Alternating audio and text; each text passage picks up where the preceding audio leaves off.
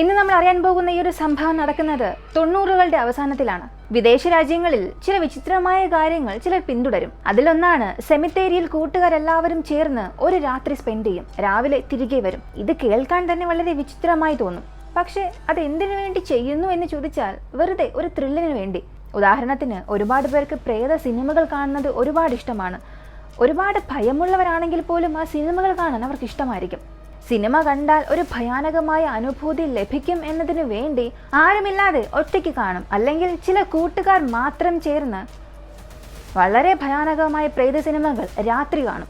ഇതുപോലെ ചിലർ പിന്തുടരുന്ന ഒരു കാര്യമാണ് ഈ സെമിത്തേരിയിലൊക്കെ ചെന്ന് ആരുമില്ലാത്ത സമയത്ത് അവിടെ കുറച്ച് സമയം സ്പെൻഡ് ചെയ്യുകയും രാവിലെ തിരികെ വരികയും ചെയ്യും. ചിലർ അതേ സ്ഥലത്ത് ചെന്നിരുന്ന് പ്രേത കഥകൾ പറയുകയും ചിരിക്കുകയും തമാശ പറയുകയും ചെയ്യും. അത് അവരുടെ ജീവിതത്തിൽ മറക്കാനാകാത്ത ഒരു ദിവസമായി മാറുമെന്നും അവർ ചിന്തിക്കും.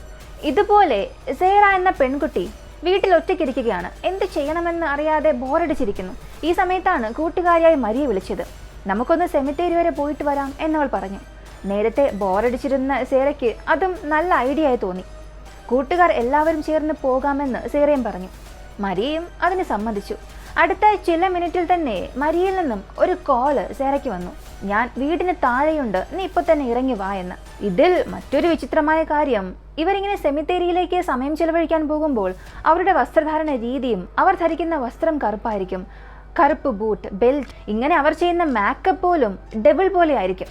അന്നത്തെ ദിവസം മരിയ സേറ രണ്ടുപേരും ഇതുപോലെയായിരുന്നു വസ്ത്രം ധരിച്ചതും മേക്കപ്പ് ഇട്ടതും. അങ്ങനെ രണ്ടുപേരും കാറിനകത്തേക്ക് കയറി. ഈ സമയത്താണ് സേറ ചോദിച്ചത്, നമ്മൾ രണ്ടുപേരും മാത്രമാണോ, മറ്റാരും ഇല്ല എന്ന്. അതിന് മരിയയും, അവർക്ക് മറ്റു പല ജോലിയുണ്ട്, ചിലരൊക്കെ പാർട്ടിക്ക് പോയി അതിൻ്റെ ഹാങ് ഓവറിലാണ്, അവരെന്തായാലും വരില്ല, അവരില്ലെങ്കിൽ എന്താ, നമുക്ക് പോകാം, നമ്മൾ രണ്ടുപേരും മതി. മരിയ സേറയെ കൺവിൻസ് ചെയ്യാൻ തുടങ്ങി. അങ്ങനെ രണ്ടുപേരും അവിടെ നിന്ന് കാറെടുത്ത് സെമിത്തേരിയെ നോക്കി പോകുന്നു. കാറ് നേരെ സെമിത്തേരിയിൽ ചെന്ന് നിന്നു. അന്ന് ആ സെമിത്തേരിയിൽ പോയ രണ്ട് പെൺകുട്ടികൾക്കും എന്ത് സംഭവിച്ചു എന്നുള്ള വളരെ വിചിത്രമായ ഭയാനകമായ ഒരു സംഭവത്തെക്കുറിച്ചാണ് ഇന്ന് നമ്മൾ ഈ വീഡിയോയിലൂടെ വ്യക്തമായി അറിയാൻ പോകുന്നത്.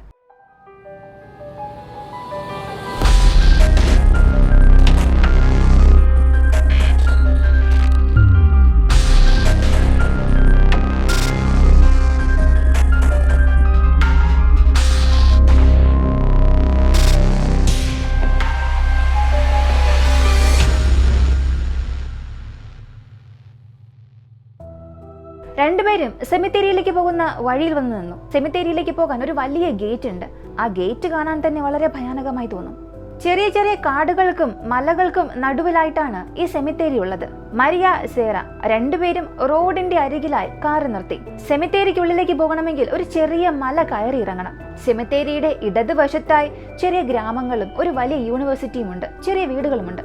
ആ യൂണിവേഴ്സിറ്റി ജനാല വഴി നോക്കിയാൽ ആ മുഴുവൻ കല്ലറയും വ്യക്തമായി കാണാൻ സാധിക്കും. സെമിത്തേരിയുടെ വലതുഭാഗത്താണെങ്കിൽ ചെറിയ മലകളും കാടുകളുമാണ്. ആ മലയ്ക്ക് പുറകിലായി ചെറിയ ഗ്രാമങ്ങളും ജനങ്ങളും ഒക്കെ താമസിക്കുന്നുണ്ട്. അങ്ങനെ ഒരു സ്ഥലം. രാത്രിയിൽ ഒരല്പം പോലും വെളിച്ചമുണ്ടാകില്ല. അവിടെയാണ് ഇപ്പോൾ മരിയയും സേറയും ഒറ്റയ്ക്ക് നിൽക്കുന്നത്. അവരങ്ങനെ നടന്നു പോകുമ്പോൾ അന്ന് നടന്ന ചില സംഭവങ്ങളെ കുറിച്ചൊക്കെ പറഞ്ഞ് ചിരിച്ച് കളിച്ചുകൊണ്ട് പോവുകയാണ്. അങ്ങനെ അവർ നടന്നുകൊണ്ട് ആ മല കയറാൻ തുടങ്ങി.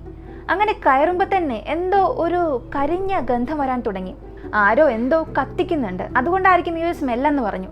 പക്ഷെ അവരുടെ കണ്ണുകളിൽ പുക വരുന്നത് പോലെയോ തീ കത്തുന്നത് പോലെയോ ഒന്നും കാണാൻ സാധിച്ചില്ല. ഇത് എവിടെ നിന്നായിരിക്കും വരുന്നത് എന്ന് രണ്ടുപേരും ചിന്തിച്ചു. ശരി, മല മുകളിലേക്ക് എന്തായാലും കയറാം, അവിടെ നിന്ന് നോക്കിയാൽ എന്തെങ്കിലും കാണാൻ കഴിയുമെന്ന് ചിന്തിച്ചു. അങ്ങനെ മലമുകളിലേക്ക് കയറാൻ തുടങ്ങി. അങ്ങനെ മുകളിൽ കയറി നോക്കിയപ്പോൾ വളരെ ദൂരത്തിൽ എന്തോ കത്തുന്നത് പോലെ അവർക്ക് തോന്നി. തീ ആളി കത്തുന്നുണ്ട്. ഇപ്പോൾ മരിയ പറഞ്ഞത് കോളേജ് സ്റ്റുഡൻസ് ഒരുപക്ഷെ ക്യാമ്പ് ഫയർ നടത്തുന്നതായിരിക്കും, ഇതൊക്കെ ഇവിടെ പതിവാണ്, അവിടെ എന്തെങ്കിലും സെലിബ്രേഷൻ ആയിരിക്കും എന്ന് പറഞ്ഞു.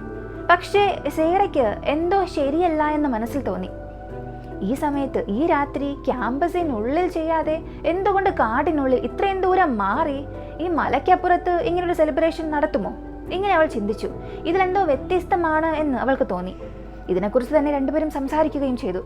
എന്തായാലും അല്പസമയത്തിൽ ഇവിടെ പോലീസ് വരുമല്ലോ എന്ന് വീണ്ടും അവർ പറഞ്ഞു. കാരണം ഇങ്ങനെ കാടുകളിൽ ക്യാമ്പ് ഫയർ നടത്തുമ്പോൾ പോലീസും അവിടെ എത്തും. ചുറ്റും മലകളാണ്, ചെടികളും മരങ്ങളും ഉള്ളതുകൊണ്ട് അവിടെ വലിയൊരു തീപിടുത്തം ഉണ്ടാകാനുള്ള സാധ്യതയുള്ളതുകൊണ്ടും പോലീസ് വന്ന് അവരെല്ലാവരെയും പിരിച്ചുവിടും. ഒരുപക്ഷെ പോലീസ് അങ്ങനെ വന്നാൽ നമ്മൾ നിർത്തിയിട്ടിരിക്കുന്ന കാറും അവർ കാണും. നമ്മൾ എന്തിവിടെ ചെയ്യുന്നുവെന്ന് നമ്മളോടും ചോദിക്കും. അതുകൊണ്ട് ഇനി ഇവിടെ നിൽക്കുന്നത് ശരിയല്ല, നമുക്ക് തിരികെ പോകാമെന്ന് രണ്ടുപേരും തീരുമാനിച്ചു. അങ്ങനെ ആ കാറുള്ള സ്ഥലത്തേക്ക് പോകാനായി വീണ്ടും ഇറങ്ങിയ മല കയറാൻ തുടങ്ങി. ഈ സമയത്ത് മരിയ പറഞ്ഞത്, എന്തായാലും നമ്മൾ വന്നിട്ട് ഇന്നൊന്നും നടന്നില്ല, ഒരു ഫൺ പോലുമില്ല. ഒരു കാര്യം ചെയ്യാം, അവിടെ എല്ലാവരും ക്യാമ്പ് ഫയറിൽ എൻജോയ് ചെയ്യുന്നുണ്ടല്ലോ, നമുക്ക് ഇവിടെ നിന്ന് അതൊരു അല്പസമയം നോക്കി നിൽക്കാം എന്ന് പറഞ്ഞു. പക്ഷെ സേറയും വേണ്ട, ഇവിടെ എന്തോ ശരിയല്ല, നമുക്ക് വീട്ടിൽ പോകാം എന്ന് പറഞ്ഞു. പക്ഷെ മരിയ അതിന് സമ്മതിച്ചില്ല. ഇവിടെ നിന്നുകൊണ്ട് തന്നെ ഒരു അല്പസമയം നോക്കിയിട്ട് നമുക്ക് തിരികെ പോകാമെന്ന് പറഞ്ഞു.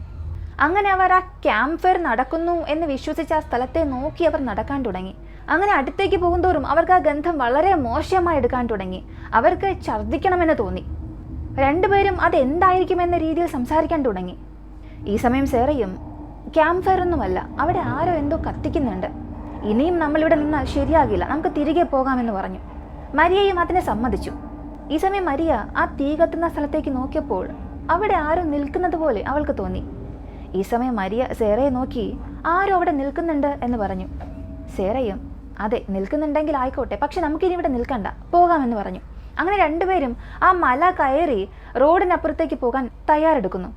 ഇങ്ങനെ മല കയറിക്കൊണ്ടിരിക്കുമ്പോൾ മരിയ വീണ്ടും തിരിഞ്ഞു നോക്കി. പക്ഷെ അവിടെ മുൻപ് കണ്ട ആ ഒരു വ്യക്തിയെ ഇപ്പോൾ കാണാനില്ല. അവൾക്കിപ്പോൾ ഒരു അല്പം ആശ്വാസം തോന്നി. അവിടെ ആരും ഇല്ലല്ലോ, നമ്മളെ ആരും കണ്ടുപിടിച്ചതുമില്ല. ആ ഒരു ആശ്വാസത്തിൽ അവൾ തല കുനിച്ചപ്പോഴാണ് കണ്ടത്, താഴെ മലയടിവാരത്തിൽ നിന്നും അവൾ കണ്ട അതേയാൾ അവരെ പിന്തുടർന്ന് ഓടുന്നുണ്ട്. ഇത് കണ്ട സേറ ഭയപ്പെട്ട് മരിയയുടെ കൈ പിടിച്ച് വലിച്ചുകൊണ്ട് അവിടെ നിന്നും ഓടാൻ തുടങ്ങി. അവർക്ക് പിന്നിലൂടെ വന്നയാൾ വളരെ വേഗത്തിൽ അവരെ പിന്തുടർന്ന് ഓടുന്നു. മല ഇറങ്ങിയ ഉടനെ വളരെ വേഗത്തിൽ അവർ കാർ പാർക്ക് ചെയ്ത സ്ഥലത്തേക്ക് ഓടി. കാറ് തുറന്ന് രണ്ടുപേരും അതിനുള്ളിലേക്ക് കയറിയിരുന്നു. ആ സമയത്ത് സേറ തിരിഞ്ഞ് അയാൾ വരുന്നുണ്ടോ എന്ന് നോക്കുന്നു. പക്ഷെ എപ്പോഴത്തെയും പോലെ ആ ഒരു സാഹചര്യത്തിൽ കാറും സ്റ്റാർട്ടാകുന്നില്ല. കുറെ സമയത്തെ പരിശ്രമത്തിന് ശേഷം കാർ സ്റ്റാർട്ടായി. ആ സമയത്ത് വീണ്ടും റേച്ചൽ തിരിഞ്ഞ് ആ മലമുകളിലേക്ക് നോക്കി. ആ മലമുകളിൽ അയാളുടെ തല മാത്രം പൊങ്ങി വരികയാണ്. ഈ സമയത്ത് സേറ വീണ്ടും തിരിഞ്ഞ് ആ മലമുകളിലേക്ക് നോക്കി, അയാൾ അവിടെ ഉണ്ടോ എന്ന്. ആ സമയത്ത് അയാളുടെ രൂപം ആ മലമുകളിലേക്ക് പതിയെ പതിയെ തെളിഞ്ഞു കാണാൻ തുടങ്ങി. സേറയും വളരെ വേഗത്തിൽ കാർ എടുത്തുകൊണ്ട് അവിടെ നിന്നും പോയി. രണ്ടുപേരും പരസ്പരം നോക്കി ഭയത്തോടുകൂടി ഒന്നും മിണ്ടാതെ നേരെ സേറയുടെ വീട്ടിലേക്ക് പോകുന്നു. സേറ ഇറങ്ങി പുറത്തേക്ക് പോയി. തുടർന്ന് മരിയയും അവളുടെ വീട്ടിലേക്ക് പോയി. അന്ന് രാത്രി രണ്ടുപേർക്കും ഉറക്കമേ വന്നില്ല. ഇതിനെക്കുറിച്ച് ചിന്തിച്ചുകൊണ്ടേയിരുന്നു.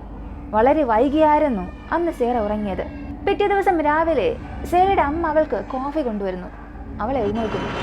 സാധാരണ സേറ വളരെ സൈലന്റ് ആണ്, ആരോടും അധികം സംസാരിക്കില്ല. അതിനാൽ ഇങ്ങനൊരു സംഭവം നടന്നിട്ട് കൂടിയും അവൾ അമ്മയോടൊന്നും പറഞ്ഞില്ല. ആ കോഫി വാങ്ങി അവൾ കുടിച്ചുകൊണ്ടിരിക്കുമ്പോൾ സേറയുടെ അമ്മ അവളുടെ അടുത്ത് വന്നിരുന്ന് തൊട്ട് മുൻപുള്ള ദിവസം നടന്ന എല്ലാ കാര്യങ്ങളെക്കുറിച്ചും അവളോട് പറയാൻ തുടങ്ങി. എൻ്റെ ഓഫീസിൽ എന്ത് സംഭവിച്ചുവെന്ന് അറിയാമോ എന്ന് സേറ നോക്കി ചോദിച്ചു. സേറയും അങ്ങനെ എന്താ സംഭവിച്ചതെന്ന് പറയാൻ ആവശ്യപ്പെട്ടു. ഞങ്ങളുള്ള ഓഫീസ് ബിൽഡിങ്ങിൽ വെച്ച് ഒരാളെ തട്ടിക്കൊണ്ടുപോയി. അവളെ പാർക്കിംഗ് ലോട്ടിൽ വെച്ചാണ് തട്ടിക്കൊണ്ടുപോയത്. ഞാൻ എൻ്റെ കാറ് പാർക്ക് ചെയ്യുന്ന അതേ സ്ഥലത്തായിരുന്നു അവളും അവളുടെ കാർ പാർക്ക് ചെയ്തത്. അന്നത്തെ ദിവസം വൈകുന്നേരം തന്നെ അവളെ തട്ടിക്കൊണ്ടുപോയി. എനിക്കിത് കേട്ടപ്പോൾ തന്നെ വല്ലാത്ത ഭയം തോന്നിയെന്ന് സേറയുടെ അമ്മ പറഞ്ഞു. ഇപ്പോൾ സേറയും ശരി, അവസാനം അവരെ കണ്ടുപിടിച്ചു എന്ന് ചോദിച്ചു. അതിന് സേറയുടെ അമ്മ അവരെ കണ്ടുപിടിച്ചു, പക്ഷെ വളരെ വൈകിപ്പോയി. അവരെ ജീവനോടുകൂടി അല്ല കണ്ടുപിടിച്ചത് എന്ന് പറഞ്ഞു. ഒരാൾ അവളെ തട്ടിക്കൊണ്ടുപോവുകയും നമ്മുടെ നാട്ടിലുള്ള വലിയ സെമിത്തേരിയിലേക്ക് കൊണ്ടുപോയി വളരെ മോശമായ രീതിയിൽ കൊന്നു. അവളുടെ ശരീരം കണ്ടുപിടിക്കാതിരിക്കാനായി തീയിട്ട് കത്തിച്ചു എന്നും പറഞ്ഞു. ഇത് കേട്ട് സേറ തന്നെ ഞെട്ടിപ്പോയി. ആ സംഭവം നടക്കുന്ന ആ സമയത്ത് സേറയും മരിയയും അതേ സ്ഥലത്തുണ്ടായിരുന്നു. പറഞ്ഞു വന്നാൽ ആ സംഭവം നടക്കുമ്പോൾ വളരെ ദൂരത്തിൽ അവരതെല്ലാം കണ്ടുകൊണ്ട് നിൽക്കുകയായിരുന്നു. ഇപ്പോൾ ഭയന്നു പോയ സേറ നടന്ന സംഭവങ്ങളെല്ലാം അമ്മയോട് പറയാൻ തുടങ്ങി. ഇപ്പോൾ സേറയുടെ അമ്മയും ഒരല്പസമയം പോലും നിങ്ങൾ കളയണ്ട, നിങ്ങൾ കണ്ട കാര്യങ്ങളെല്ലാം നേരെ പോലീസിനോട് പറയാൻ ആവശ്യപ്പെട്ടു. ഉടനെ സേറ മരിയെ ഫോൺ വിളിച്ച് അമ്മ പറഞ്ഞ കാര്യങ്ങളെല്ലാം പറഞ്ഞു. തുടർന്ന് സേറ മരിയ രണ്ടുപേരും പോലീസ് സ്റ്റേഷനിൽ ചെന്ന് ഒരു കംപ്ലൈൻറ്റ് കൊടുത്തു. ഈ സമയത്ത് സേറയ്ക്കുണ്ടായിരുന്ന ഒരു ഭയം, ഇന്നലെ നമ്മൾ കണ്ട ആ ഒരു വ്യക്തി നമ്മളെ കണ്ടിരുന്നു. ഇനി നമ്മൾ കംപ്ലൈൻറ്റ് കൊടുത്തു എന്നറിഞ്ഞാൽ അയാൾ വന്ന് നമ്മളെ എന്തെങ്കിലും ചെയ്യുമോ, നമ്മളെ കൊല്ലുമോ എന്ന് ചിന്തിക്കാൻ തുടങ്ങി. ഇങ്ങനെ രണ്ടുപേരും ഭയന്നിരിക്കുന്ന സമയം ഈ കംപ്ലൈൻറ്റ് കൊടുത്ത് 4ാമത്തെ ദിവസം പോലീസ് അയാളെ കണ്ടെത്തി. എന്നാൽ ആ 4 ദിവസം ഇവർ രണ്ടുപേരും വളരെ ഭയന്ന് വീടിനുള്ളിൽ തന്നെ ഇരിക്കുകയായിരുന്നു. ആ 4 ദിവസവും ശരിയായി ഉറങ്ങിയിട്ട് കൂടെയില്ല. ഈ 2 പെൺകുട്ടികളുടെ സാഹചര്യത്തിൽ ഒരു പക്ഷേ നിങ്ങളും നിങ്ങളുടെ കൂട്ടുകാരിയുമായിരുന്നെങ്കിൽ എന്ത് ചെയ്യുമായിരുന്നു? നിങ്ങളുടെ അഭിപ്രായം കമൻറ്റിൽ പറയുക. ഈ ഒരു കേസിനെ കുറിച്ചുള്ള നിങ്ങളുടെ അഭിപ്രായവും കമൻറ്റിൽ പ്രതീക്ഷിക്കുന്നു. വീഡിയോ ഇഷ്ടമായ ലൈക്ക് ചെയ്യുക, ഷെയർ ചെയ്യുക. നമ്മുടെ ചാനൽ ആദ്യമായി കാണുന്നവരാണെങ്കിൽ മറക്കാതെ സബ്സ്ക്രൈബ് ചെയ്ത് സപ്പോർട്ട് ചെയ്യുക. മറ്റൊരു വീഡിയോയുമായി വീണ്ടും കാണാം.